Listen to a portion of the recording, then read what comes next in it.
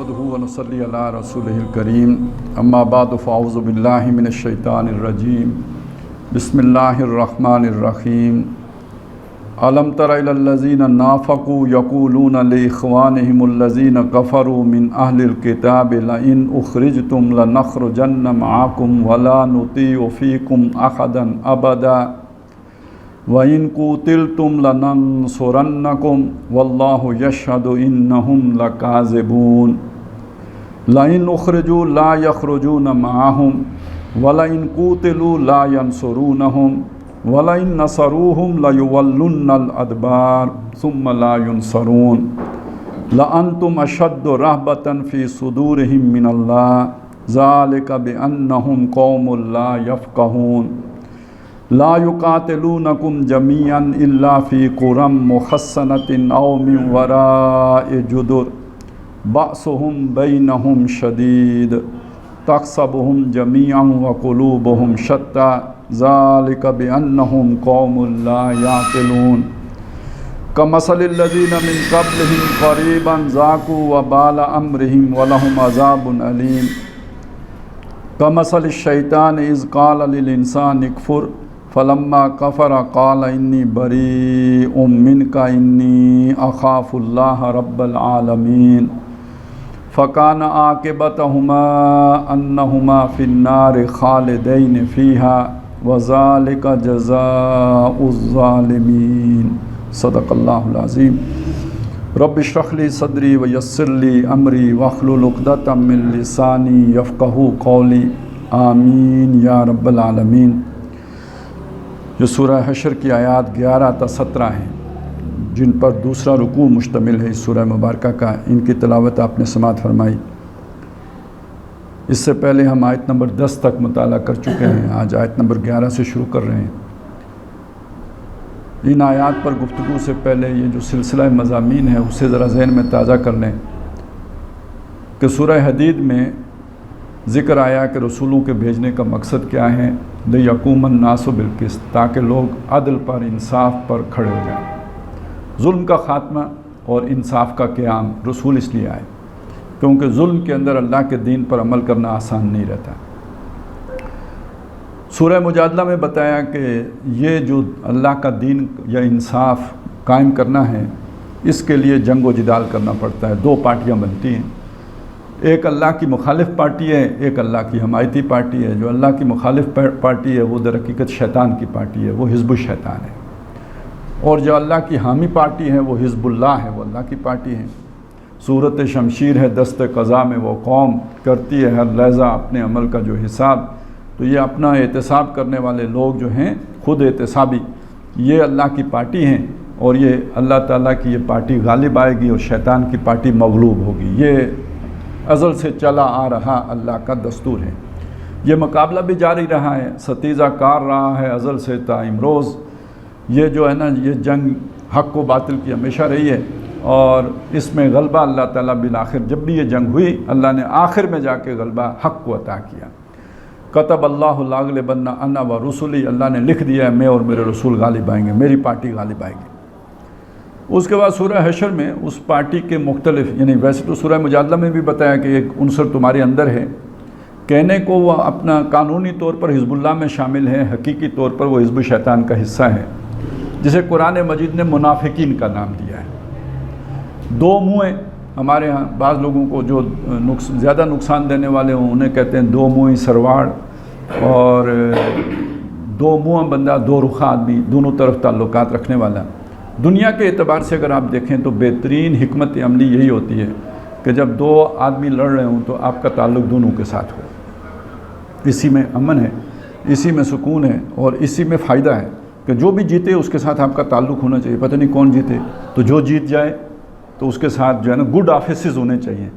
تو دنیا کے اعتبار سے دیکھیں تو سیانے لوگوں کا طرز عمل یہی ہے، لیکن یہ کہ دین کے اعتبار سے دیکھیں تو یہ دیکھنا ہوتا ہے کہ حق کیا ہے، تو جو حق ہے اس کا ساتھ دینا ہوتا ہے، جو ظلم ہے اس کی مخالفت کرنی ہوتی ہے۔ یہ مطلوب ہے۔ یہ اگر نہیں ہے، دونوں طرف تعلقات بنانے ہیں، تو یہ اصل میں یہ ہے وہ منافقت۔ تو تمہارے اندر وہ بھی ہیں جو اپنے آپ کو رجسٹرڈ تو تمہارے ساتھ کرتے ہیں، لیکن دل ان کے کسی اور کے ساتھ ملے ہوئے ہیں، بلکہ ادھر بھی پوری طرح نہیں ملے ہوئے ہیں، اپنے مفادات کے غلام ہیں۔ تو ادھر حقیقت وہ بھی حزب الشیطان ہی ہے، وہ بھی شیطانی کی پارٹی ہے۔ یہ بات ہمیں سورہ مجادلہ میں سمجھا دی۔ اب سورہ حشر میں اسی پارٹی کا ایک اور عنصر واضح کیا، یعنی یہ کہ سورہ مجادلہ میں یہ تو سامنے آ گیا نا کہ وہ ہیں اپنے جو مشرکین مکہ ہیں وہ مقابلے میں آتے ہیں، اب ان کے ساتھ اتحاد ہو گیا ہے جو تمہارے اندر بیٹھے ہوئے معاہدہ کرنے والے یعنی یہودیوں کا بھی ادھر اتحاد ہے، اور تیسرا ان دونوں کے ساتھ اتحاد ہے جو نام کے مسلمان ہیں، جو دعوے دار ایمان کے ہیں لیکن تعلقات ان کے یہودیوں کے ساتھ بہت گہرے ہیں۔ اب یہ جو رکوع ہے نا، یہ دوسرا رکوع، اس میں یہ بتایا گیا کہ ان کا رویہ اس معاملے میں کیا ہوا۔ پچھلے رکوع میں یہ بتایا گیا کہ اب مشرکین مکہ کی جگہ پہ تمہارا یہ مقابلہ، یہ جنگ جو ہے یہ یہودیوں کے ایک قبیلے کے ساتھ ہے، بنو نذیر کے ساتھ ہے۔ اب وہ بنو نذیر کا تو ذکر آ گیا پہلے رکوع میں، جو بھی جنگ ہوئی پھر وہ وہاں سے نکال دیے گئے، وہ تو تذکرہ ہو گیا، لیکن وہ جو مسلمانوں کے اندر ان کے ہمدرد تھے ان کا ذکر ہے جو دوسرے رکوع میں کیا گیا۔ فرمایا الم تر الی الذین نافقوا، کیا آپ نے نہیں دیکھا ان لوگوں کو کہ جو نفاق والے ہیں، منافق ہیں۔ یہ قرآن مجید میں کہیں ہمیں جس طرح ہے نا یا ایھا الذین آمنوا، اے وہ لوگوں جو ایمان لائے ہو، یا جیسے یہ ہے کہ یا ایھا الذین کفروا، اے وہ لوگوں جو کافر ہوئے ہوں، یا اہل الکتاب، اے کتاب والو، اس طرح یا ایھا الذین نافقوا یہ ہمیں نہیں ملا، یعنی مخاطب انہیں نہیں کیا گیا۔ اس کا ایک سبب تو یہ ہے کہ وہ معلوم نہیں ہے نا کون ہے جس کو آپ کہیں اوے فلانیاں، یہ نہیں ہے، یہ ہو نہیں سکتا، کیونکہ اس کا کافر کا تو ایک نام ہے، پتہ ہے یہ کافر ہے، مسلمان کا ایک نام ہے، پتہ ہے یہ مسلمان ہے۔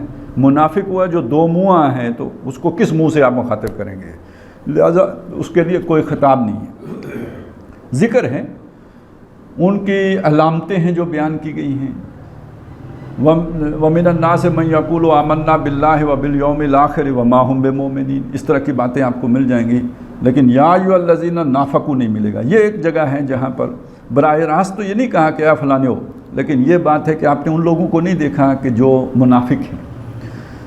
یہ جو نفاق کا لفظ ہے نا، یہ نافقو یہاں پہ آیا، یہ فعل ہے یہاں پہ، یعنی جو نفاق پر قائم لوگ ہیں، جو نفاق کرنے والے ہیں، دو منہ والے ہیں، جو یوں سمجھ لیں۔ اس لفظ کو سمجھیں، یہ لفظ کیا ہے؟ یہ بنا ہے نفق سے۔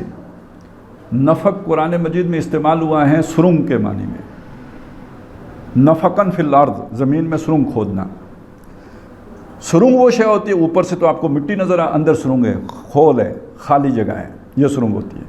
اس کا ان کے کھوکھلے پن کی طرف اشارہ ہو گیا ہے، یعنی جس لفظ سے بنا اس کے اندر ایک کھوکھلے ہونے کا مفہوم پایا جاتا ہے، اور یہ کھوکھلا ان کا ہونا سورہ منافقون میں اس کا ذکر یوں آیا ہے کہ وَإِذَا رَأَيْتَهُمْ تُعْجِبُكَ أَجْسَامُهُمْ، جب آپ انہیں دیکھو گے کہ ان کے جسم آپ کو بھلے معلوم ہوں گے، اٹے کٹے، بڑے فربا اور بڑے تنومند۔ اِذَا رَأَيْتَهُمْ تُعْجِبُكَ أَجْسَامُهُمْ وَإِن يَقُولُوا تَسْمَعْ لِقَوْلِهِمْ، باتیں کریں تو آپ ان کی باتیں سنیں، بڑی اچھی باتیں، لچھے دار، خوبصورت، بہترین، معلوم ہو ان سے زیادہ ہمدرد کوئی نہیں، ان سے زیادہ وفادار کوئی نہیں، تبھی تو بندے کو بات سننے کو دل کرتا ہے نا۔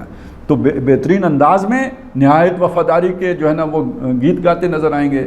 وَإِذَا رَأَيْتَهُمْ تُعْجِبُكَ أَجْسَامُهُمْ وَإِن يَقُولُوا تَسْمَعْ لِقَوْلِهِمْ كَأَنَّهُمْ خُشُبٌ مُّسَنَّدَةٌ، ان کی باتوں پر نہ جائیں، ان کے جسم پر نہ جائیں، یہ سوکھی لکڑیوں کی طرح ہیں جو کسی سہارے پر کھڑی ہوں۔ درخت ہوتا ہے نا، خود کھڑا ہوتا ہے، ایک لکڑی جو کاٹ دی گئی وہ خود کھڑی نہیں ہو سکتی، یا لیٹے گی یا کسی دیوار کے ساتھ آپ اسے سہارا دے کے کھڑا کریں گے۔ یہ لوگ اپنے بل پر نہیں کھڑے ہو سکتے، یہ کسی کے سہارے پر کھڑے ہوں گے۔ جیسے بیل ہوتی ہے، کدو کی بیل ہے یا کسی کی بھی، تو وہ کسی سہارے پر کھڑی ہوگی، خود درخت کی مانند نہیں کھڑی ہو سکتی۔ یہ مثال ہے ان کی، وہ کھوکھلا پن، اس کی طرف اشارہ ہو گیا۔ دوسرا یہ کہ نافقہ، ایک اس غار کو کہتے تھے یا اس بل کو کہتے تھے کہ جو ہمارے ہاں اسے تو وہ گو کہتے ہیں، یعنی کیا کسکرو۔ اس کی یہ عادت ہے کہ یہ جو بھی سوراخ بناتی ہے اس کے دو منہ بناتی ہے۔ یہ اپنی حفاظت کے اعتبار سے باقی جانوروں کی نسبت زیادہ سیانی ہے۔ یہ دو منہ اس لیے بناتی ہے کہ اگر شکاری ایک طرف سے کتا کوئی داخل ہو تو یہ دوسری طرف سے نکل جائے، اور دوسری طرف سے داخل ہو تو یہ پہلی طرف سے نکل جائے، سمجھ آئی؟ تو منافق وہ ہوتا ہے کہ جس کے دو منہ ہوتے ہیں، ادھر خطرہ نظر آیا تو اس سے تعلق جوڑ لیا، اور ادھر خطرہ نظر آیا تو اس سے تعلق جوڑ لیا۔ ایک اس کے اندر ایک کھوکھلے ہونے کا مفہوم ہے، دوسرا یہ والا معنی ہے۔ اچھا، اسی سے ایک اور لفظ بنا ہے انفاق، وہ لفظ بھی اسی سے بنا ہے۔ اس کا کیا مطلب ہے؟ وہ شخص کہ جس نے اپنے سرمایہ حیات جو ہے اللہ کی راہ میں خالی کر دیا، لگا دیا، لٹا دیا۔ تو بچا بچا کے نہ رکھ اسے، تیرا آئینہ ہے وہ آئینہ کہ شکستہ ہو تو عزیز تر ہے نگاہ آئینہ ساز میں۔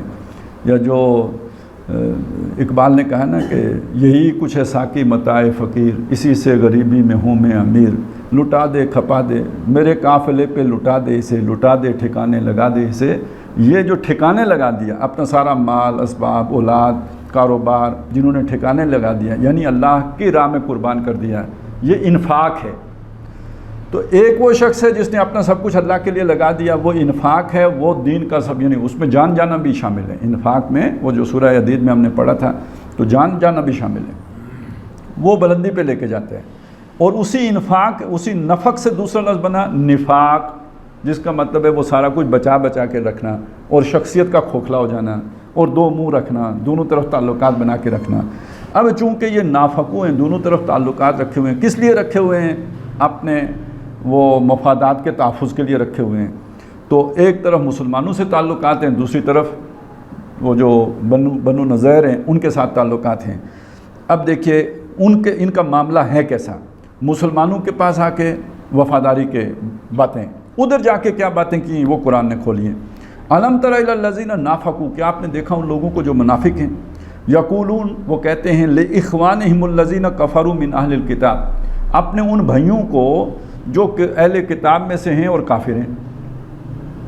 اب یہاں ایک نقطہ ہے، نوٹ کر لیجئے، یہ آیت آپ کو پوری طرح مزہ آپ کو اس آیت کا نہیں آئے گا جب تک کہ آپ کو کسی نظریے کے ساتھ، کسی عقیدے کے ساتھ محبت نہ ہو۔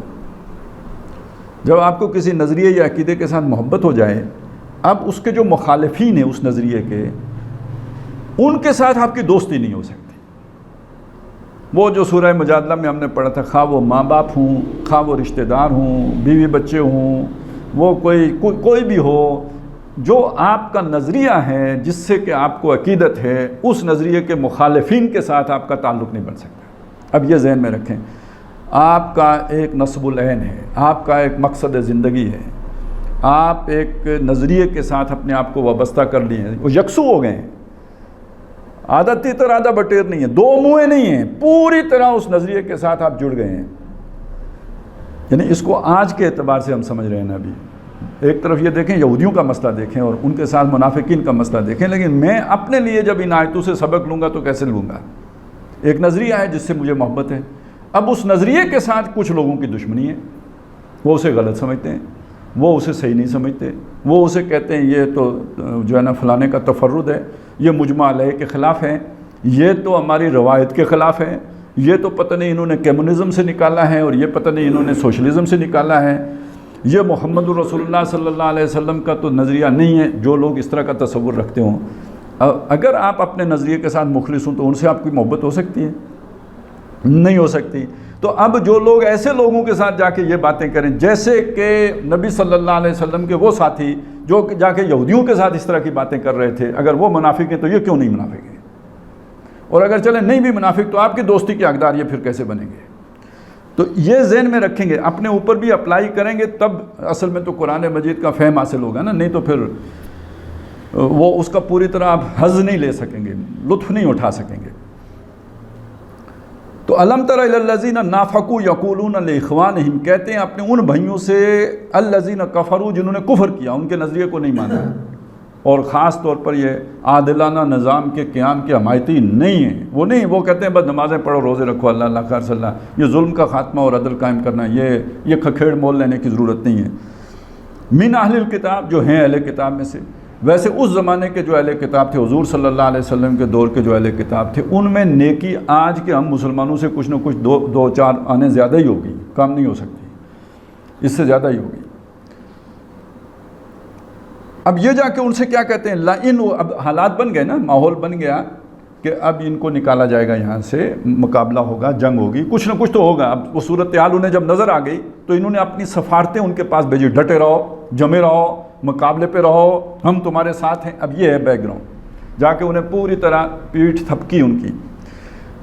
اب وہ الفاظ ہیں جو قرآن نے یہاں بیان کیے ہیں، لا ان اخرجتم، اگر تمہیں انہوں نکالے گئے، اگر تم نکالے گئے، یعنی مسلمانوں نے اگر تمہیں یہاں سے نکالنے کی کوشش کی، لنخرجن معکم، تو ہم تمہارے ساتھ ہم بھی نکل جائیں گے، یہاں نہیں رہیں گے۔ اب ہمارے نکلنے کا مطلب کیا ہے؟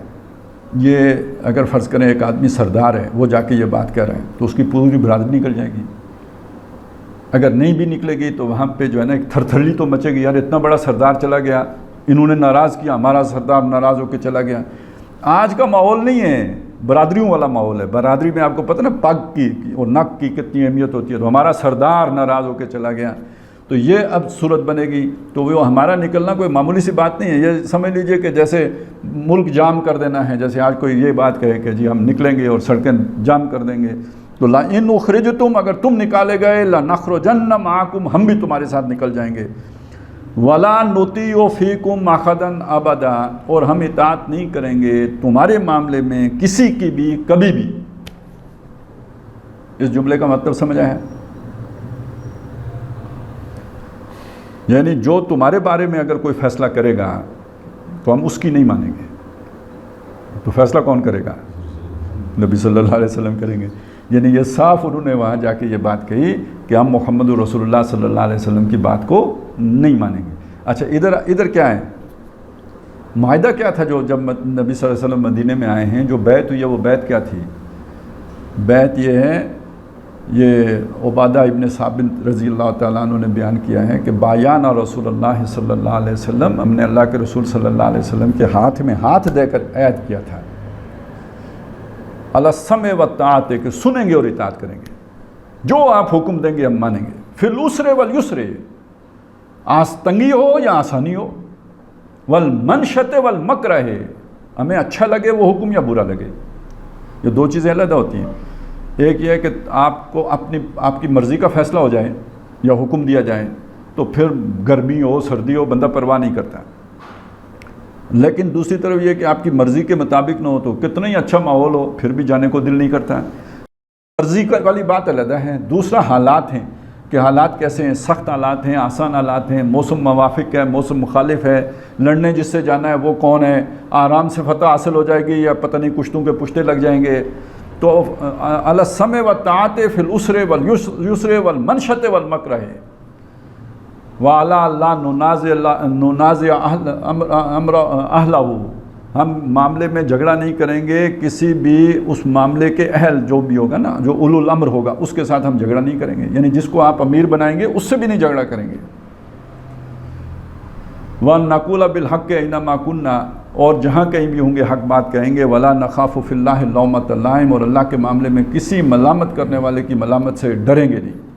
یہ معاہدہ تھا، حضور سے یہ معاہدہ کر کے ادھر جا کے کیا کہتے ہیں، لَا نُطِيعُ فِيكُمْ أَحَدًا أَبَدًا، آپ کے معاملے میں ہم کبھی بھی کسی کی بھی اطاعت نہیں کریں گے، یعنی جو فیصلہ آپ کے بارے میں حضور کریں گے ہم اسے نہیں مانیں گے، ہم آپ کے ساتھ ہیں۔ اوپر سے کس کے ساتھ ہیں؟ حضور کے ساتھ ہیں۔ اندر سے کس کے ساتھ ہونے کا دعویٰ کر رہے ہیں؟ بنو نذیر کے ساتھ۔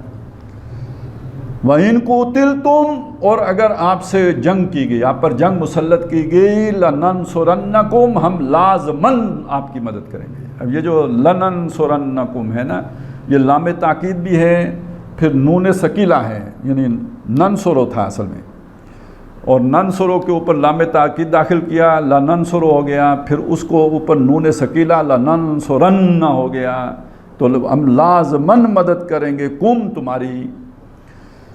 واللہ یشہد، اچھا یہ اب ان کے ساتھ اندر خانے باتیں کر کے آئے اور ادھر آ کے اب اللہ تعالیٰ ایک گواہی دے رہے ہیں مسلمانوں کو۔ ظاہر ہے جب دیکھیں یہ خبریں جب ادھر جاتی ہیں نا، اس طرح کی باتیں ہوتی ہیں تو وہ شیطان وہ خبریں نکلواتا ہے، خبر لیک ہوتی ہے، جیسے آج کل آڈیو لیکس ہوتی ہے نا، تب بھی خبریں لیک ہوتی تھیں۔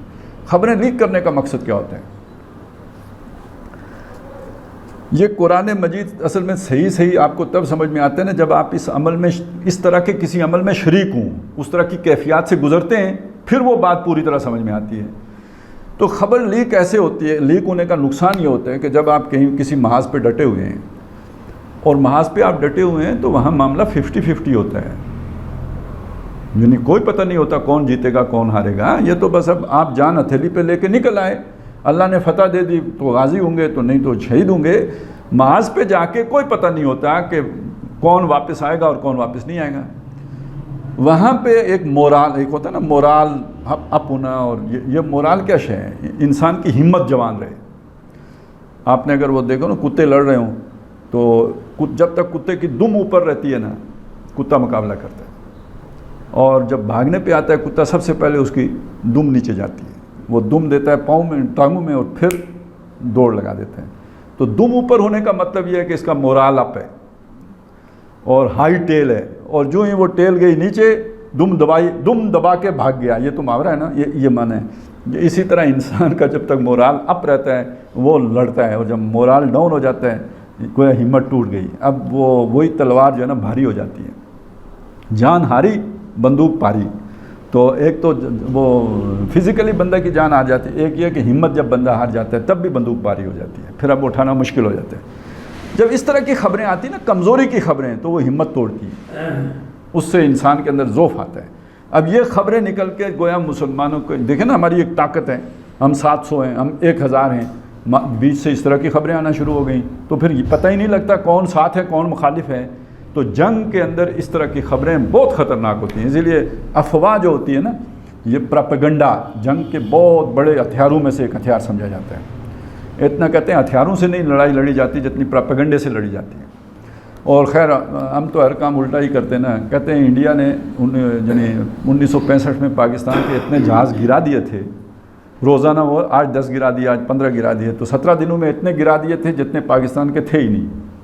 تو اسی طرح یہ یعنی گپ بازی چلتی ہے، لیکن یہاں تو جب اس طرح کی خبریں نکل کے مسلمانوں کے پاس آئیں گی تو ان کی ہمت ٹوٹے گی، حوصلے پست ہوں گے۔ اس پر اللہ تعالیٰ نے مسلمانوں کو ہمت دلائی، واللہ یشہد انہم لکاذبون، اللہ گواہی دیتا ہے یہ جھوٹے ہیں، یہ ان کا ساتھ نہیں دیں گے، یہ گپ پروگرام ہے، یہ ویسے ہی ان کو ہلاشیری دے رہے ہیں اور انہیں ابھار رہے ہیں۔ اب یہ اللہ کی حکمت ہوتی ہے، اس طرح کے لوگ کیوں ہوتے ہیں؟ اللہ نہ چاہے تو نہ ہوں، کیوں ہوتے ہیں؟ اس سے سارا منصوبہ مس کیلکولیٹڈ ہوتا ہے۔ جو مخالف رہتے ہیں نا وہ یہ حساب لگا لیتے ہیں کہ یہ ہمارے ساتھ ہیں تو ہم تو بڑی آسانی سے ون کر جائیں گے۔ ابھی مسلمانوں کی ہمت ٹوٹ رہی ہوتی ہے ان سے کہ یہ ادھر نہیں گئے، وہ ادھر چلے گئے ہیں، لیکن جب عین میدان گرم ہوتا ہے یہ آتے نہیں۔ اب کس کی ہمت ٹوٹے گی؟ جن کو امید تھی کہ وہ آئیں گے وہ آئے نہیں۔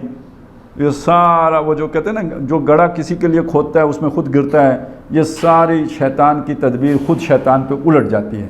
آخری یعنی آپ ڈٹے رہو، صبر کرو، جمے رہو، آخری یہ وار ان پر پڑتا ہے۔ تو مسلمانوں کو تسلی یہ کرائے کہ تم فکر نہ کرو، یہ ادھر کوئی جانے والے نہیں، اللہ گواہی دیتا ہے انہم لکاذبون، یہ جھوٹے ہیں، تم سے بھی جھوٹ کر رہے ہیں جب کہتے ہیں کہ ہم آپ کی اطاعت کریں گے، ان سے بھی جھوٹ ہی کر رہے ہیں جب کہتے ہیں ہم تمہارا ساتھ دیں گے، نہیں دیں گے۔ سورہ مجادلہ میں اس بات کو کیا کہا تھا؟ ما ہم منکم ولا منہم، نہ تم میں سے ہیں نہ ان میں سے، یہ مطلب کے ہیں، ابن الوقت ہیں اور مطلب پرست ہیں، یہ نہ ان کے ساتھی ہیں نہ تمہارے ساتھی ہیں۔ لَإِنْ اُخْرِجُوا لَا يَخْرُجُونَ مَعَهُمْ، اگر وہ نکالے گئے تو یہ ان کے ساتھ نہیں نکلیں گے، یہ اللہ گارنٹی کر رہا ہے۔ یہ گپ شپ چلا رہے ہیں، یہ اگر قربانی دینے والے ہوتے تو اسلام کو کیوں چھوڑتے؟ اصل میں اسلام سے پیچھے ہٹنے کا سبب کیا ہے؟ یہ قربانی نہیں دے سکتے، نہیں دے سکتے تو یہ گھر نہیں چھوڑیں گے، یہ اپنے گھروں میں آرام سے رہیں گے، ان کے ساتھ نہیں نکلیں گے۔ لَإِنْ اُخْرِجُوا، اگر وہ نکالے گئے، لَا يَخْرُجُونَ مَعَهُمْ، یہ ان کے ساتھ نہیں نکلیں گے۔ وَلَئِنْ قُوتِلُوا، اور اگر وہ جنگ کی ان کے ساتھ کی گئی، لَا يَنْصُرُونَهُمْ، یہ ان کی مدد نہیں کریں گے۔ وَلَئِنْ نَصَرُوهُمْ، اور بالفرض محال اگر انہوں نے ان کی مدد کی بھی، ہوتا ہے نا چلیں کوئی جوش جذبہ آ ہی گیا، کوئی وقتی طور پہ جا کے صف میں کھڑے ہی ہو گئے، لَيُوَلُّنَّ الْأَدْبَارِ، یہ لازماً پیٹھ دکھائیں گے۔ دبر پیٹھ کو کہتے ہیں، ادبار اس کی جمع ہے، یعنی یہ موڑ لیں گے اپنی پیٹھیں، یعنی تمہاری طرف اپنی دبر کر دیں گے اور منہ دوسری طرف کر کے بھاگ کھڑے ہوں گے۔ تو یہ بھاگنے کے لیے محاورہ ہے، لَيُوَلُّنَّ الْأَدْبَارِ، لازماً پیٹھیں دکھائیں گے۔ ثُمَّ لَا يُنْصَرُونَ، پھر مدد نہیں کیے جائیں گے۔ اب اس کا کیا مطلب ہے مدد نہیں کیے جائیں گے؟ یعنی یہ کہ جب یہ جنگ میں شریک واقعتاً ہو کے آ جائیں گے تو اب تو ان کے خلاف کارروائی کی جو ہے نا وہ جواز بن جائے گا۔ ابھی تو باتیں ہیں۔ اب دیکھیے نا دو چیزیں علیحدہ ہوتی ہیں، ایک آدمی یہ کہتا ہے میں چوری کروں گا، آپ جا کے FIR کٹوا دیں کہ اس نے کہا ہے میں چوری کروں گا، تو اس بات پر کوئی پکڑے گا اسے؟ اور چوری کرتے ہوئے رنگے ہاتھوں پکڑا جائے تو اب تو باقاعدہ FIR بنے گی۔ تو اسی طرح سمجھ لیجئے کہ ایک شخص یہ جا کے باتیں کر رہا ہے تو باتیں کرنے کی بس توبہ ہوگی، آپ نے پکڑ بھی لیا، وہ کہے گا توبہ جی مجھ سے غلطی ہو گئی، معافی مانگتا ہوں، آئندہ یہ کام نہیں کروں، اللہ اللہ خیر صلی اللہ۔ لیکن جنگ میں وہ دوسروں کی طرف سے ایک طرف سے دفعہ شریک ہو گیا تو اب تو نہیں بچ سکتا نا، تو پھر مدد نہیں کیا جائے، یعنی یہ کہ پھر تو اس کا لازمی نتیجہ ہے رگڑے جائیں گے اور پھر مارے جو ہے نا ان کو مارا جائے گا، تو پھر مدد نہیں ملے گی ان کو کہیں سے، لا ینصرون، کہیں سے مدد نہیں دیے جائیں گے۔ اچھا یہ کیوں ہوگا؟ اب یہ اللہ تعالیٰ نے یہ بات کھولی کہ یہ ان کا ساتھ کیوں نہیں دیں گے، یہ زبانی باتیں کیوں ہیں؟ فرمایا لَأَنْتُمْ أَشَدُّ رَهْبَةً فِي صُدُورِهِمْ مِنَ اللَّهِ، اے مسلمانوں تمہارا خوف، تمہارا روب، تمہارا دبدبا ان کے دلوں پر اللہ کے خوف سے زیادہ ہے، یہ اللہ سے اتنا نہیں ڈرتے جتنا تم سے ڈرتے ہیں۔ اب یہاں ایک نقطے کی بات ہے کہ مسلمانوں کو اتنا طاقتور ضرور ہونا چاہیے کہ جو لوگ اللہ سے نہیں ڈرتے وہ کم از کم ان سے ڈر کر وقتی طور پر دبے رہیں، ہاں جو ہی آپ کمزور پڑیں گے وہ نکل آئیں گے باہر۔ اگر آپ سیرت مطہرہ کا اس حوالے سے مطالعہ کریں تو جب نبی صلی اللہ علیہ وسلم کو اللہ نے طاقت دی، یدخلون فی دین اللہ افواجا ہوا، لیکن آپ صلی اللہ علیہ وسلم کے وصال پر بہت سے لوگ نکل بھی گئے، یخرجون من دین اللہ عن دین اللہ افواجا، فوج در فوج نکلے بھی ہیں۔ یہ جو مختلف فتنے اٹھے، مسالمہ کذاب اٹھا، جو نبی بن کے جھوٹے اٹھے، مانعین زکوٰۃ تھے، آخر اتنی شدید لڑائیاں ہوئی ہیں، تو یہ لوگ کدھر سے آئے تھے؟ یہ وہی تھے جو مسلمان ہوئے تھے اور پھر نکل گئے۔ تو یہ بات ذہن میں رکھیے کہ اب کیوں ان کو ہمت ہوئی اسلام سے نکلنے کی؟ پہلے بھی اسلام انہیں پسند نہیں تھا، لیکن نبی صلی اللہ علیہ وسلم کی موجودگی میں وہ سمجھتے تھے کہ مسلمان طاقتور ہیں، ہمارے لیے کوئی گنجائش نہیں ہے۔ آپ صلی اللہ علیہ وسلم کے انتقال سے انہیں اندازہ ہوا کہ اب مسلمان کمزور پڑ گئے ہیں، ہمارے لیے گنجائش ہے، وہ نکل گئے۔ تو میں جو بات آپ کے سامنے عرض کر رہا ہوں وہ کیا ہے کہ مسلمانوں کی اتنی طاقت ہونی چاہیے کہ اس طرح کے بزدل لوگ ڈر کر ہی کم از کم حدود کے اندر رہیں، وہ رٹ آف دا جو ہے نا گورنمنٹ جو کہتے ہیں، تو چلیں اللہ کی رٹ قائم رہے تاکہ اس سے وہ ڈرتے رہیں۔ یہ مسلمانوں کا ظاہری دبدبا اتنا ہونا چاہیے۔ ریاست اپنا یہ دبدبا بنا کے رکھتی ہے، اور یہی دبدبا اللہ تعالیٰ چاہتے ہیں کہ مسلمانوں کا بھی ہو، جو جس سے وہ لوگ دبے رہیں، ڈرے رہیں۔ اب وہ بات آئی ہے تو میں ذیلاً یہ بات عرض کر دوں کہ حضرت ابوبکر صدیق رضی اللہ تعالیٰ عنہ نے ان کا قلع کما کیا، سارے فتنے ختم کیا، آپ کے 2.5 سال اسی کام میں لگ گئے۔ آپ کوئی اور جو ہے نا ایک ہوتا ہے نا کوئی بات کو آگے لے کے چلنا، اس کا موقع ہی نہیں ملا، یعنی یہ داخلی استحکام ہی میں حضرت ابوبکر صدیق رضی اللہ تعالیٰ عنہ کے 2.5 سال گزر گئے۔ اس کے بعد آئے حضرت عمر، اور حضرت عمر جو ہے نا وہ تو یوں سمجھیے کہ پریمپٹ کرتے تھے، انہیں پہلے پتہ لگتا تھا کہ کہاں سے فتنہ اٹھے گا، وہ نپ دا ایول ان دا بڈ کے قائل تھے، وہ اٹھنے ہی نہیں دیا۔ اس طرح کی روایتیں بھی ہیں نا کہ نبی صلی اللہ علیہ وسلم نے فرمایا کہ فتنے اس طرح آئیں گے تو ایک دروازہ ہے جو اسے روک کے رکھے گا، تو جب نبی حضرت عمر نے کہیں یہ بیان کیا تو صحابی کوئی تھے، انہوں نے کہہ دیا وہ دروازہ آپ ہیں، تو انہوں نے کہا ہاں، یعنی انہوں نے روک کے رکھا ہوا تھا ان فتنوں کو۔ فتنوں کی یلغار حضرت عمر کے دور میں بھی تھی، روک کے رکھا۔ پھر آئے حضرت عثمان، انہوں نے بھی 10 سال روک کے رکھا۔ 13 سال ہیں حضرت عثمان کے، ان 13 سالوں میں ان کے 10 سال ویسے ہی ہیں جیسے حضرت عمر رضی اللہ تعالیٰ عنہ کے۔ آخری 3 سالوں میں وہ فتنے اٹھنے شروع ہو گئے، تو وہ فتنے کہیں نئے نہیں تھے، وہ فتنے پہلے سے موجود تھے، دبے ہوئے تھے، اب وہ اٹھنے لگے۔ اور پھر اس کے بعد وہ معاملہ چلا، حضرت علی رضی اللہ تعالیٰ عنہ کا سارا دور اسی میں گزر گیا، کربلا تک جو ہے نا، پھر کہیں وہ بلکہ اس کے بعد بھی ایک عرصے تک ایک حضرت معاویہ رضی اللہ تعالیٰ عنہ کا بیچ میں دور آیا ہے کہ جس میں کچھ عرصہ امن رہا، مسلمانوں نے پھر نئے علاقے فتح کیے، لیکن بعد میں پھر وہی چیزیں کھڑی ہو گئیں۔ تو یہ جو آج کل ہمارے ہاں ایک بات مذاق اڑایا جاتا ہے نا کانسپیریسی تھیوریز کا، کہتے ہیں سازشی نظریات بیان کرتے ہیں، تو یہ اصل میں دین کی ایک اہم بات سے یوں سمجھیے کہ ایک لطیف طریقے سے ہٹایا جاتا ہے۔ اب آپ سوچیں شیطان ہے یا نہیں ہے؟ قرآن نے بتایا نا شیطان ہے، تو شیطان آ کے سامنے کھڑا ہو کے دعوت دیتا ہے یا سازش کرتا ہے؟ جب آپ کو یہ بات سمجھا دی جائے، جس طرح بھی پڑھا دی جائے یا طنز کر کے آپ کو قائل کر لیا جائے، آپ کے لیے باعث شرم بنا دیا جائے سازش کو، آپ کہیں سازش ہوتی ہی نہیں، تو اب شیطان کا وجود گویا موجود ہی نہیں، آپ کی نظر میں تو موجود ہی نہیں رہا ہے نا۔ سازش کون کرتا ہے؟ شیطان کرتا ہے۔ قرآن نے بتایا یا نہیں کرتا؟ بتایا کہ اس نے سازش کی، حضرت آدم علیہ السلام کے خلاف سازش کی، اس نے سازش کی، اس کے بعد کتنے نبیوں کے کتنے انسانوں کو وسوسہ اندازی کر کے خراب کرتا ہے۔ پھر آپ دیکھیں کہ جو یہودی ہیں اور نصرانی ہیں، ان کی سازش کا ذکر قرآن نے کیا یا نہیں کیا؟ یریدون لیطفئوا نور اللہ بافواہہم واللہ متم نورہ ولو کرہ الکافرون۔ وہ چاہتے ہیں کہ اللہ کے نور کو اپنے منہ کی پھونکوں سے بجھا دیں۔ یہ منہ کی پھونکوں سے بجھانے کا مطلب کیا ہے؟ سازشیں۔ اللہ اپنے نور کو پورا کر کے چھوڑے گا۔ اچھا عملاً آپ دیکھیں تو یہ جو مختلف جو جنگیں کرائی ہیں، یہ کس نے کرائی ہیں؟ غزوہ احزاب کے پیچھے کون تھا؟ یہی لوگ تھے۔ اچھا یہ ایسی ہی سازشیں مشرکین مکہ نے بھی کی۔ انہم یکیدون کیدا واکید کیدا، وہ بھی کر رہے ہیں، اپنی تدبیریں لڑا رہے ہیں، ان کی تدبیروں کا توڑ میں بھی کر رہا ہوں۔ حضرت مسیح علیہ السلام کے خلاف یہودیوں نے سازش کی، قرآن نے اس کا ذکر دیا، وہ مکروا و مکر اللہ، انہوں نے بھی تدبیر کی، اللہ نے بھی تدبیر کی۔ تو یہ مت سمجھیے، یہ ان لوگوں کی باتوں میں نہ آئے، یہ تو آپ کو غافل کرنے کے لیے اس طرح کی باتیں کی جاتی ہیں جی کوئی سازش نہیں ہوتی۔ سازش ہوتی ہے، کیوں نہیں ہوتی؟ سازشیں ہوتی ہیں۔ تو یہ ان کی سازشیں یہودیوں کی پہلے سے تھیں اور اسلام کے خلاف تھیں۔ پھر وہ حضرت عثمان رضی اللہ تعالیٰ عنہ کے آخری 3 سالوں میں وہ روبہ عمل آئیں، اور وہ نکلی تب بھی تھیں جب حضرت ابوبکر صدیق رضی اللہ تعالیٰ عنہ نے سنبھالا تھا، انہوں نے کنٹرول کر لیا، لیکن اس دور میں پھر نہیں کنٹرول ہو سکا، وہ پھیل گئی۔ تو یہاں پہ وہ بات آ گئی کہ لَأَنْتُمْ أَشَدُّ رَهْبَةً، تو اس سے میں نے وہ بات کہی کہ مسلمانوں کا اتنا روب رہنا چاہیے کہ اس طرح کے جو ہے نا وہ فسادی لوگ وہ ڈرے رہیں، سہمے رہیں، دبے رہیں، وہ اٹھ کے کوئی سازش نہ کریں۔ یہ وہ بات ہے جو سورہ توبہ میں کہی گئی، وَأَعِدُّوا لَهُم مَّا اسْتَطَعْتُمْ، ان کے لیے تم تیاری کرو جتنا تمہارے بس میں ہے، من قوت، طاقت بھی فراہم کرو، اور جو گھوڑے ہیں پلے ہوئے وہ بھی۔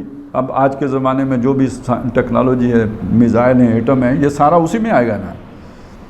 اور اس سے تم ڈراؤ، اس اپنی تیاری سے ڈراؤ اللہ کے دشمنوں کو اور اپنے دشمنوں کو۔ یہ ایک ڈیٹرنس بنا کے اسے رکھو تاکہ وہ ڈرے رہیں، اس سے سہمے رہیں، دبے رہیں، دب کے رہیں۔ لَأَنْتُمْ أَشَدُّ رَهْبَةً فِي صُدُورِهِم مِّنَ اللَّهِ ذَلِكَ بِأَنَّهُمْ قَوْمٌ لَا يَفْقَهُونَ۔ اور یہ بات اس لیے ہے، یعنی دیکھیں نا، سمجھداری کی بات کیا ہے؟ کس سے ڈرنا چاہیے؟ اللہ سے۔ اللہ کے سوا کسی اور کا ڈر ناسمجھی کی بات ہے۔ تو یہ ناسمجھی کی بات انہوں نے کیوں کی؟ اس لیے کہ یہ سوچتے نہیں ہیں، یہ ظاہر پر دیکھتے ہیں، حالات اس وقت کے دیکھتے ہیں، گہرائی میں اتر کے نہیں سوچتے کہ کل انہوں نے تو اللہ کے سامنے جا کے پیش ہونا ہے۔ اور دنیا میں بھی یہ جو فاعل حقیقی کون ہے، کس کے اختیار میں، کس کے قبضہ قدرت میں سارا نظام ہستی ہے؟ تو اگر یہ سوچیں تو پھر اللہ سے ڈریں، لیکن نہیں سوچتے اس لیے تم سے ڈرتے ہیں۔ لَأَنْتُمْ أَشَدُّ رَهْبَةً فِي صُدُورِهِم مِّنَ اللَّهِ ذَلِكَ بِأَنَّهُمْ قَوْمٌ لَا يَفْقَهُونَ لَا يُقَاتِلُونَكُمْ جَمِيعًا إِلَّا فِي قُرًى مُحَصَّنَةٍ أَوْ مِن وَرَاءِ جُدُرٍ، یہ تم سے جنگ نہیں کریں گے، قتال نہیں کریں گے۔ لا یقاتلونکم، یہ تم سے لڑائی نہیں لڑیں گے، جمیعاً مل کے، اکٹھے ہو کے۔ الا فی قرم محصنۃ، مگر یہ کہ کسی بستی میں میسور ہو کر۔ محصنہ اصل میں حصن کہتے ہیں، وہ جو حفاظت کا سامان ہوتا ہے، جیسے کلا، یعنی اس کی ایک فصیل ہے جس سے کوئی حملہ آور روکا جا سکتا ہے۔ تو آپ میسور ہونے کا مطلب یہ ہوتا ہے کہ اپنے آپ کو کسی حفاظت، یہ مورچہ بھی تو ایک حفاظت کا سامان ہے۔ تو الا فی قرم محصنۃ، ایسی بستی کہ جس کے گرد فصیل ہو، اس بستی میں۔ او من ورائے جدر، یا یہ کہ کسی دیوار کے پیچھے سے کوئی پتھر شتھر مار دیں، یعنی یہ سامنے آ کے مقابلہ نہیں کریں گے، کوئی دور دراز سے جو ہے نا کوئی تیر اندازی کر دیں، کوئی پتھر مار دیں، یا کسی محفوظ ٹھکانے پہ بیٹھ کر کوئی جو ہے نا چیز کر دیں۔ ویسے مجھے اس آیت پہ ہمیشہ خیال آتا ہے کہ آج دنیا میں جو جنگی ٹیکنالوجی ہے، جو جنگی حکمت عملی ہے، وہ ساری کی ساری آپ دیکھیں اسی اصول پر ہے۔ آمنے سامنے کی جنگ اب نہیں رہی ہے، اور آج بھی اگر آمنے سامنے کی جنگ ہو نا، گیا گزرے مسلمان بھی ان کا مقابلہ کرنا مشکل ہو جاتا ہے۔ بے شک آتشی اسلحے کی ہو آمنے سامنے کی، تو اس میں مسلمان کا پلڑا بھاری ہو جاتا ہے۔ لیکن یہ جو جنگ ہے ساری، میزائل مار رہے ہیں، آپ پتہ نہیں کس بر اعظم سے بیٹھ کے جناب نشانہ لے کے چھوڑ رہے ہیں. یہ میم ورائے جدر ہی ہے نا, 40,000 فٹ کی بلندی سے اوپر 50,000 فٹ کی بلندی پہ وہاں سے آپ جو ہے نا وہ بم چھوڑ رہے ہیں, ڈیزی کٹر, تاکہ کسی کا گولہ ہم تک نہ پہنچے. یہ محسنہ اپنے آپ کو محفوظ کر کے مورچہ بند ہو کے, یہ ساری در حقیقت جو دنیا میں یہ جنگی جو ساز و سامان بنا ہے اس کے پیچھے سوچ ایک ہی ہے, اپنے آپ کو محفوظ کر کے لڑنا. تو یہ یعنی جو بات قرآن مجید نے کہی ہے وہ اپنی جگہ پہ آج بھی ٹھیک ہے, اس میں کوئی یعنی فرق نہیں پڑا ہے. یہ کبھی تم سے آمنے سامنے دو بدو ہو کے نہیں لڑیں گے, الا فی قرم محصنۃ او من وراء جدر. ایک بات تو یہ ہو گئی. دوسری بات یہ ہے باسہم بینہم شدید, ان کی آپس میں بڑی سخت جنگ ہے. اچھا یہ جو چیزیں ہیں نا, یہ اب یہ جملہ کتنا ہے, 3 الفاظ پر مشتمل ہے. باسہم ان کی جنگ, بینہم ان کے آپس میں, شدید بہت سخت ہے. لیکن اگر یہ بات آپ کو صحیح طرح سے سمجھ آ جائے تو دنیا کی سیاست کو سمجھنا بہت آسان ہو جائے گا آپ کے. دیکھیں ہم یہ کہتے ہیں کہ الکفر ملت واحدہ, آپ نے سنا ہوگا تمام کافر ایک ملت ہیں, مسلمانوں کے دشمن ہیں, مسلمانوں کے مخالف ہیں. افغانستان میں لڑنے کے لیے آئے ہیں مسلمانوں کے خلاف, برطانیہ بھی شامل ہے, امریکہ بھی شامل ہے, فرانس بھی شامل, سارے ہیں, انڈیا بھی ساتھ ہے, سب ایک طرف ہیں. ہم پاکستان بھی فرنٹ لائن ہلائی ہے, ٹھیک ہے جی, انہی میں یہ بھی شامل ہو گیا ہے. اب جو ہمارے ذہن میں بات آتی ہے وہ کیا آتی ہے, یہ سب متفق ہیں, ان کا اتحاد ہے, اتفاق ہے, یہی ذہن میں آتا ہے نا. قرآن یہ بات کہہ رہے ہیں کہ یہ آپ کو نظر آتا ہے تک یہ اکٹھے ہیں, یہ اکٹھے ہیں نہیں. باسہم بینہم شدید, ان کی آپس میں بڑی سخت جنگ ہے. مجھے اور آپ کو تو نظر نہیں آتی ہے, ہمیں تو برطانیہ اور امریکہ ایک نظر آتے ہیں, یورپ اور امریکہ ایک نظر آتے ہیں. قرآن کہتا ہے باسہم بینہم شدید, ان کی آپس میں سخت جنگ ہے. جو واقفان حال ہیں وہ جانتے ہیں کہ یہ بات ٹھیک ہے, ان کے مفادات کا ٹکراؤ ہے, مفادات کا ٹکراؤ ہے. امریکہ کا جو فائدہ ہے برطانیہ کو اپنا نقصان نظر آتا ہے, یا جو برطانیہ کا فائدہ ہے اس میں فرانس راضی نہیں ہوتا ہے, تو یہ پھر ایک دوسرے کے ساتھ وہ کارروائی ڈالتے ہیں. اس کارروائی ساری کو اگر آپ نے سمجھنا ہو, آسانی سے سمجھنا ہو, تو جو ہمارے سیاست ہوتی ہے نا, یہ ہمارے سامنے ہوتی ہے نا, اس کی بنیاد پر سمجھ سکتے ہیں. ایک بندہ ساتھ چل رہا ہوتا ہے, وہ ساتھ ہوتا نہیں ہے, وہ ہوتا کسی اور کے ساتھ ہے. وہ ایک بندہ وہ ہوتا ہے جو کھڑا ہوتا ہے کہ مجھے ووٹ دو, مجھے ووٹ دو, مجھے ووٹ دو. الیکشن والی رات جو ہے نا وہ کسی اور کے حق میں اپنے سارے لوگوں کو کہہ دیتا ہے کہ چپکے سے ووٹ اس فلانے کو دے دینی ہے, مجھے نہیں دینی ہے. اب دیکھنے والے کو کوئی سمجھ نہیں آتی, ووٹر کو سمجھ نہیں آتی کیا ہو رہا ہے, لیکن یہ ہو رہا ہوتا ہے اندر اندر. تو جو ساتھ ہوتا ہے وہ ساتھ نہیں ہوتا ہے. اس چیز کو سورہ کہف میں ایک اور انداز میں بیان کیا ہے. وہ جو آخری میں سیکنڈ لاسٹ رکوع ہے اس میں یہ بات آئی ہے کہ جب وہ دیوار گرے گی نا جس کے پیچھے یاجوج ماجوج کو وہ کیا گیا ہے, تو اس کے بعد کیا ہوگا, وَتَرَكْنَا يَوْمَئِذٍ يَمُوجُ فِي بَعْضٍ, اس دن ہم ان کو, وہ جو بھی ہیں یاجوج ماجوج, ان کو ہم چھوڑ دیں گے ایک دوسرے میں موج ماری کرتا. یموج بعضهم ببعض, ایک دوسرے میں موجیں مار رہے ہوں گے. اب اس کا جو تشریح کی ہے یا تفسیر لکھی ہے اس کی مولانا مناظر احسن گیلانی رحمۃ اللہ علیہ نے, تو انہوں نے یہ کہا, پیچھے انہوں نے یہ ثابت کیا اصل میں کہ جو یورپی قومیں ہیں نا, یہ یاجوج ماجوج ہی کے اثرات ان میں پائے جاتے ہیں, یہ وہی خاصیات ان کے اندر موجود ہیں. ان کی اس رائے کے قریب تر رائے علامہ اقبال کی بھی ہے. کھل گئے یاجوج و ماجوج کے لشکر تمام, چشم مسلم دیکھ لے تفسیر حرف ینسلوں. ابوالکلام آزاد کی رائے بھی اس کے قریب ہے. خیر یہ ایک علیحدہ بات چھڑ گئی, لیکن وہ پیچھے یہ ثابت کر رہے ہیں کہ یہ یورپی اقوام جو ہیں یہ یاجوج ماجوج ہیں. اگلی بات انہوں نے یہ کی کہ ان کے درمیان آپس میں جو تعلق ہے وہ موج کا تعلق ہے, جو ایک موج کا دوسری موج کے ساتھ تعلق ہوتا ہے. یہ جو موج کا تعلق ہوتا ہے یہ کیا تعلق ہوتا ہے؟ دیکھیں سمندر میں یا دریا میں ایک موج ہے, وہ دوسری موج کے اوپر سوار ہوتی ہے, اس کے بغیر اس کا کوئی وجود نہیں ہو سکتا. موج ہے دریا میں, بیرون دریا کچھ نہیں. جو موج موجود ہیں اس موج کا, وہ موج کسی دوسری موج کے اوپر ہے, اور جس کے اوپر وہ نظر نہیں آتی, وہ نیچے ہے. اچھا جو نیچے ہے اس کی کیا, ایک طرف اس کو سہارا دیے ہوئے ہیں, اس کے بغیر یہ کھڑی نہیں ہو سکتی. دوسری طرف اس نیچے والی کی کوشش کیا ہے اس کو نیچے کرو اور خود اوپر چڑھو. یہ ہے موج ماری کرنا. اب سمجھے موج ماری کر رہے ہوں گے. یہ موج ماری کرنا ہے کہ اس کو سہارا بھی دے رہے ہو اور اس کو گرا کر اس کے اوپر بھی چڑھنا چاہ رہے ہو. تو انہوں نے یہ پھر ثابت کیا کہ جتنی بھی یہ یورپی اقوام ہیں ان کے جو آپس کے تعلقات ہیں ان کی نوعیت موجی تعلق کی ہے. یہ ایک دوسرے سے تعاون بھی کرتے ہیں اور ایک دوسرے کی جڑیں بھی کھودتے ہیں.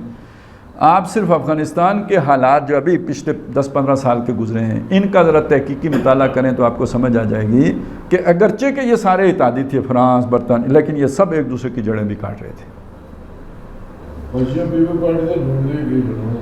میں تجھے اتنے نہیں گل کر چھوڑی سارے پاسے یہ گل ہو. اچھا جن لوگوں نے ملازمت کی ہے جو آج ہمارے دفتروں کا ماحول ہوتا ہے وہ بھی یہی ہوتا ہے. دوست ہوتے ہیں ساتھ چل رہا ہوتا ہے لیکن جہاں اسے اپنا مفاد نظر آتا ہے وہاں آپ کو نقصان دے دے گا.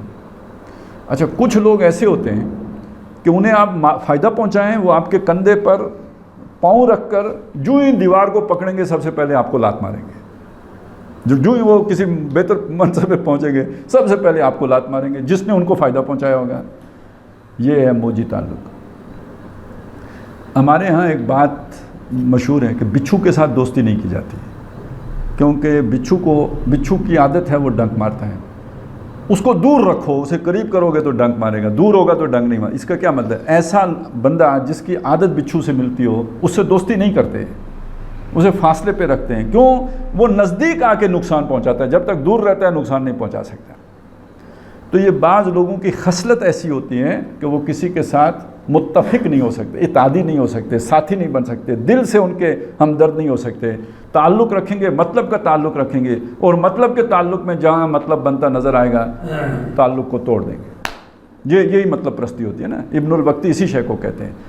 تو چونکہ یہ مفاد پرست ہیں چونکہ یہ مطلب پرست ہیں چونکہ یہ دنیا کے مفاد کے اوپر مر چکے ہوئے ہیں ان کا آپس میں بھی کوئی تعلق مضبوط تعلق نہیں ہے. اب اس کے مقابلے میں جو لفظ استعمال کرتے ہیں مسلمانوں کے لیے اللہ تعالیٰ وہ بنیان مرصوص کا ہیں سیسا پلائی دیوار کے ہیں. اچھا اسی میں ہم نے پیچھے پڑھا یوسرون علی انفسہم ولو کان بہم خصاصہ اپنے اوپر دوسرے کو ترجیح دیتے ہیں خود ضرورت مندی کیوں نہ ہو. اب یہ فرق آپ کو نظر آیا نا. یہ نقطہ نظر کا فرق ہے. یہ نقطہ نظر کا فرق کیسے بنتا ہے؟ یہ ایمان سے بنتا ہے. ایک دنیا کی محبت میں گرفتار ہے دوسرا اللہ کی محبت میں گرفتار ہے. جو اللہ کی محبت میں گرفتار ہے اس کے لیے دنیا کی ساری چیزیں ہیچ ہیں ان کی قربانی دینا اس کے لیے کوئی مسئلہ نہیں ہے. اور جو ان چیزوں کی محبت میں گرفتار ہے وہ ان کی قربانی دے نہیں سکتا. وہ ہر تعلق توڑ سکتا ہے ان چیزوں کی قربانی نہیں دے سکتا. تو اس کا کسی دوسرے کے ساتھ مضبوط تعلق قائم ہی نہیں ہو سکتا کبھی نہیں قائم ہو سکتا. ایک بنیان مرصوص والا تعلق تو صرف ان بندوں کے درمیان قائم ہو سکتا ہے جن کا اللہ پر ایمان ہو. اب جو اللہ پر ایمان کے دعوے دار ہیں لیکن دل میں ایمان نہیں ہے وہ بھی مفاد کی خاطر یا جو منافقین ہیں وہ دوسروں کے ساتھ وہ جڑ جائیں گے بنیان مرصوص نہیں بن سکتے. اور جن کے ساتھ جڑے ہوں گے ان کے بھی وفادار نہیں ہوں گے ان کا بھی ساتھ نہیں دے سکیں گے. تو یہ چیز سمجھ لیجئے کہ جو حزب اللہ ہے اس کا بیج جس پانی سے نمو پاتا ہے وہ ایمان ہے. اگر وہ ایمان نہیں ہوگا تو حزب اللہ بن ہی نہیں سکتی سوال ہی نہیں پیدا ہوتا. اور اگر حزب اللہ میں کہیں شامل بھی ہو جائے چل نہیں سکتا. لَيُوَلُّنَّ الْأَدْبَارَ پیٹ دکھائے گا نکلے گا دوسروں کے ساتھ دوستی گانٹھے گا نقصان پہنچائے گا فائدہ نہیں دے سکے گا. بَاسُهُمْ بَيْنَهُمْ شَدِيدٌ تَحْسَبُهُمْ جَمِيعًا تمہیں لگتا ہے یہ اکٹھے ہیں وَقُلُوبُهُمْ شَتَّىٰ حالانکہ ان کے دل پھٹے ہوئے ہیں اکٹھے نہیں ہیں. ذَلِكَ بِأَنَّهُمْ قَوْمٌ لَا يَعْقِلُونَ اور یہ اس لیے ہوا کہ یہ وہ لوگ ہیں جو عقل نہیں رکھتے سمجھ نہیں رکھتے. انہیں اس دنیا کی محبت اور باہمی تعلق مضبوط یہ دو باتیں اکٹھی نہیں ہو سکتی. آج میرے خیال ہے اسی پہ اکتفا کرتے ہیں. آج ہو گئی یہ 4 آیتیں باقی 3 انشاءاللہ اگلی نشست میں پڑھ لیں گے. بارک اللہ لی و لکم فی القرآن العظیم و نفعنی و ایاکم بالآیات و ذکر.